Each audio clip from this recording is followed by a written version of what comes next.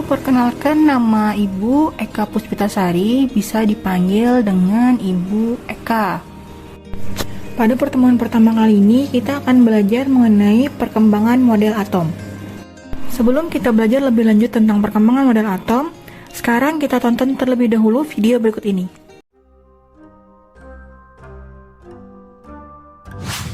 Alam semesta begitu penuh dengan misteri, khususnya buat benda penyusun kita semua bernama atom. Mau itu matahari, bulan, bintang, sampai hewan dan manusia, kita semua tersusun sama benda kecil yang satu ini. Dan dari buku sekolah kita tuh tahu kalau atom ini kecil banget. Tapi kalau ditanya sekecil apa, kita sering nggak kebayang. Karena di buku dia digambarinnya kayak matahari dan planet-planet. Padahal bentuk aslinya itu aneh dan ukurannya jauh lebih kecil. Dan saking kecilnya, benda setipis kertas aja bakalan butuhin 1 juta atom buat nyamain ketebalannya. Nah, biar tahu sekecil apa atom sebenarnya, ayo kita coba bandingin besarnya atom sama bola pingpong. Karena dibandingin bola pingpong, atom itu sangatlah kecil. Kalau atom ini kita pompa sampai segede bola pingpong, bolanya ini gedenya bakalan jadi ngelebihin planet bumi. Ya, atom itu kecil banget. Tapi jangan pusing dulu, karena walaupun arti dari atom itu adalah sesuatu yang udah gak bisa dibagi, sebenarnya mereka bukan benda terkecil yang diketahui manusia. Ternyata di balik atom-atom tadi masih ada sebuah dunia, bukan sekedar kecil, bukan sekedar mungil, tapi udah ibarat setitik-titik paling kecil di alam semesta. Jadi, sekecil apa dunia mini itu? Siapkan baju super kalian karena kita akan menyusuri dunia penuh khayal yang bernama dunia kuantum. Buat ngeliat dunia terkecil itu, kita bakal mulai dengan nyusurin dunia mini di sekitar kita. Nah, kita sering ngira kalau kita ini kecil, tapi coba bandingin sama hewan yang lebih kecil kayak semut. Mereka ini panjangnya cuma beberapa milimeter, dengan ukuran yang segitu bakalan butuh 15 juta semut buat nyamain beratnya manusia dewasa aja. Terus lebih kecil lagi ada yang namanya bakteri. Nyatanya bakteri terbesar yang kita tahu itu hidup di lautan dan ukurannya cuma segini. Dan walaupun terdengar kecil, bakteri ini ternyata masih bisa kita lihat pakai mata telanjang. Dengan ukuran segini bakalan ada hampir 100.000 bakteri yang muat di kertas seukuran A4. Terus yang kecil di lautan gak cuma bakteri aja, dari luasnya samudra ada satu manfaat besar yang kita rasakan tiap hari. Ya, butir-butir garam yang biasa kita pakai jadi penyebab di mangkok kesayangan kita. Ukuran mereka itu jauh lebih kecil lagi. Saking kecilnya, muat sekitar 100.000 butir garam cuma di 1 sendok makan. Tapi terus lebih dekat lagi dari makanan kita, benda terkecil yang bisa dilihat mata ada di tubuh kita sendiri. Tebak apa itu? Ya, sehelai rambut manusia. Tebalnya cuma 0,1 mm alias 100 rambut yang dijejer, lebarnya cuma akan 1 cm aja. Dan walaupun super tipis, ketebalan rambut itu ternyata nggak ada apa-apanya sama kecilnya atom, karena masih bakal butuh 500.000 atom yang dijejer buat nyamain ketebalan rambut tadi.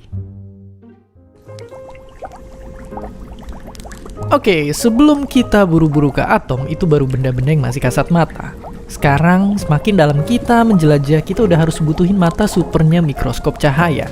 Karena di sini kita bakalan ketemu sama benda kecil lain kayak sel-sel di badan kita, termasuk kepingan sel darah merah.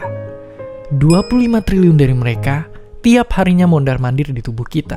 Dengan ukuran yang sekecil ini, ngebandingin sel darah merah terhadap tutup botol itu ibarat ngebandingin tutup botol terhadap bundaran HI di Jakarta. Inilah wujud darah kita, cairan tubuh yang mungkin paling penting yang bikin kita bisa terus hidup. Ternyata ukurannya cuma sekecil ini. Mereka ngebawa oksigen ke seluruh sudut tubuh dari yang tadinya cuma ada di paru-paru. Tapi justru di paru-paru lah kita akan ketemu sama sumber si masalah yang lagi viral. Kita udah sama-sama tahu virus corona itu tinggalnya di organ ini, dan bahkan mereka masih jauh lebih kecil lagi. Dan mungkin banyak dari kita mikirnya bakteri sama virus itu mirip, tapi faktanya virus jauh lebih kecil daripada bakteri. Karena bayangin, kalau virus corona itu seukuran bola sepak, sel darah merah bakal selebar 2 buah gawang. Dan bakteri tadi itu besarnya lebih dari 13 lapangan sepak bola yang dijejer. Ya, tapi ayo menghela napas karena ternyata bukan virus saja hal terkecil yang bisa ngerusak paru-paru manusia. Karena di dalam sini kita juga bisa lihat partikel asap terkecil dari rokok dalam bentuk aslinya. Ya, Benda sekecil ini bisa ngeganggu sistem pernapasan kita dan bahkan jadi salah satu penyebab kematian yang paling banyak terjadi di dunia. Lebih kecil lagi ada tangga spiral yang berisi segala informasi fisik dan perilaku kita. Apa itu? Ya, DNA. Tangga kecil yang ada di dalam tiap sel tubuh kita ini. Aslinya itu adalah untaian yang kalau diurutin panjangnya bisa sampai hampir 2 meter. 2 meter meskipun sekilasnya kedengaran biasa aja, tapi sebenarnya ini baru panjang DNA di dalam satu sel aja. Tubuh kita isinya adalah triliunan sel. Total panjang DNA kita bakalan sampai ratusan triliunan meter yang gak kehitung panjangnya, bahkan mungkin melampaui jarak hubungan kita dengan si dia.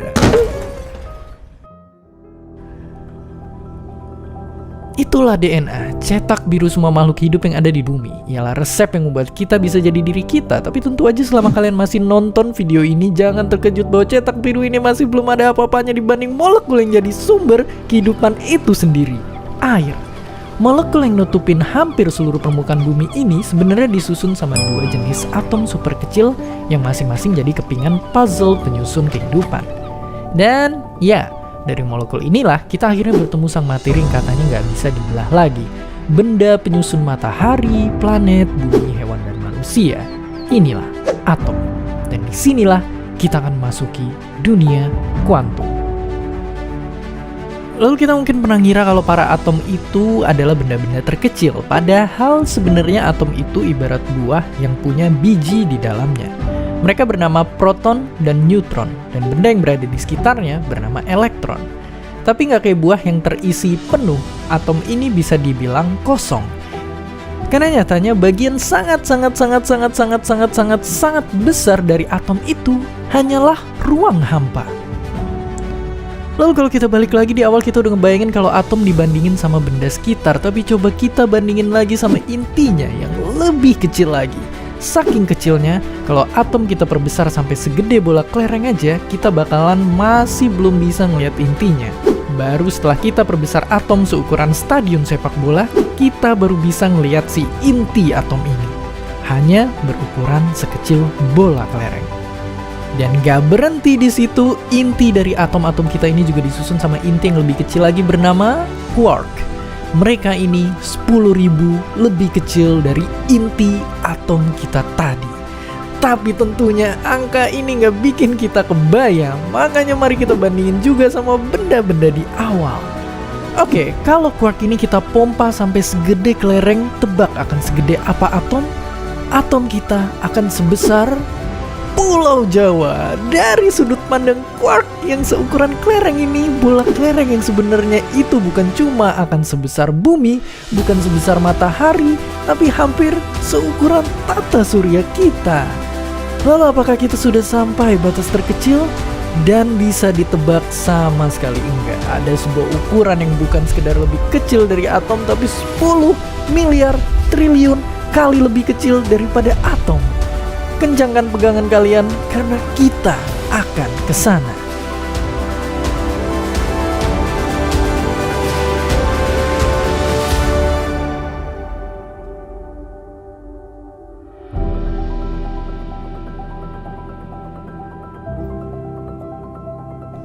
Inilah Planck length, ukuran terkecil yang kita kenal.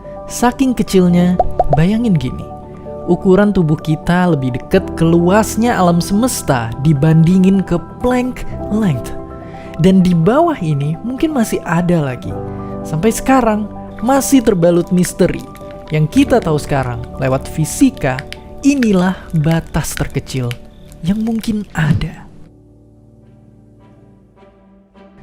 Jadi ya, kehidupan dan dunia memang penuh dengan keajaiban. Tapi coba pikir kayak gini. Selain alam semesta yang begitu luas, ternyata ada semesta lain yang begitu megah di dalam setiap sudut ujung jari kita. Kita mungkin sering berpikir kalau besarnya alam semesta itu tak terhingga. Tapi nyatanya, dunia ini juga bisa ke skala yang kecilnya tak terhingga. Jadi ayo menghela nafas sebentar, dunia kuantum hanyalah satu dari banyaknya teka-teki yang lagi kita mati-matian pelajari. Mungkin video ini bisa jadi mengajarkan kalau ternyata manusia tidak sekecil yang kita kira. Dan disinilah kita bisa menyadari betapa ilmu pengetahuan telah membawa kita menembus batas-batas yang tak disangka. Jangan berhenti bertanya, keep asking, and stay curious. Dan seperti biasa, terima kasih.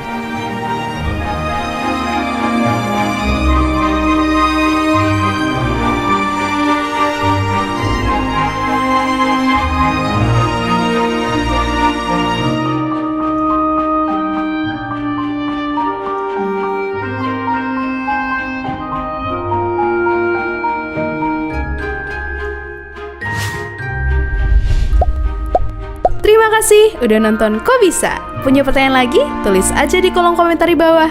Keep asking and stay curious. Nah, setelah kalian nonton video tadi, apa yang bisa kalian simpulkan tentang atom? Ya, atom pada awalnya merupakan suatu partikel terkecil yang tidak dapat dibagi lagi. Akan tetapi, berdasarkan penelitian para ahli, model atom mengalami perkembangan dari zaman ke zaman, sehingga pada akhirnya ditemukanlah bahwa di dalam atom itu masih ada partikel lain yang menyusunnya. Nah, apa aja perkembangan model atom? Teori yang pertama adalah teori atom Dalton. Nah, berikut adalah penemuan dari Dalton tentang atom.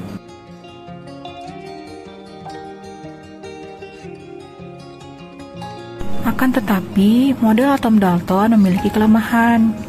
Kelemahannya adalah sebagai berikut.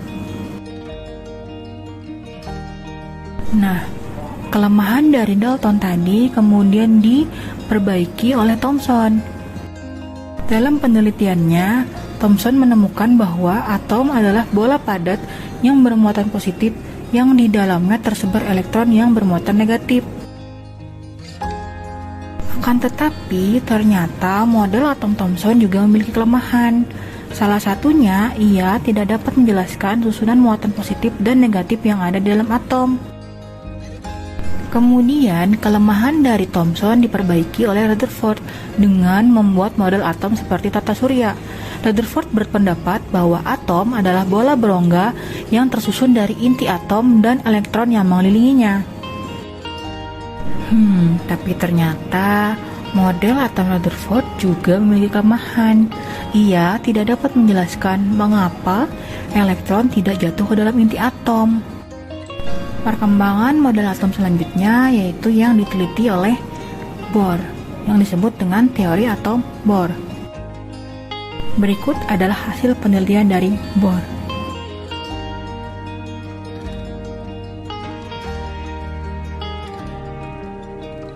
Nah, ini adalah model atom Bohr, yaitu di mana dalam atom itu terdapat lintasan-lintasan elektron yang mengelilingi inti atom bermuatan positif. Perkembangan model atom yang terakhir yaitu disebut dengan teori mekanika kuantum. Dalam teori ini disebutkan bahwa atom itu terdiri dari inti atom yang bermuatan positif dan awan elektron yang mengelilinginya, karena letak elektron itu tidak dapat ditentukan dengan pasti. Demikian pembelajaran kita hari ini, semoga bermanfaat. Sampai bertemu di pertemuan berikutnya. Terima kasih. Created using Powtoon.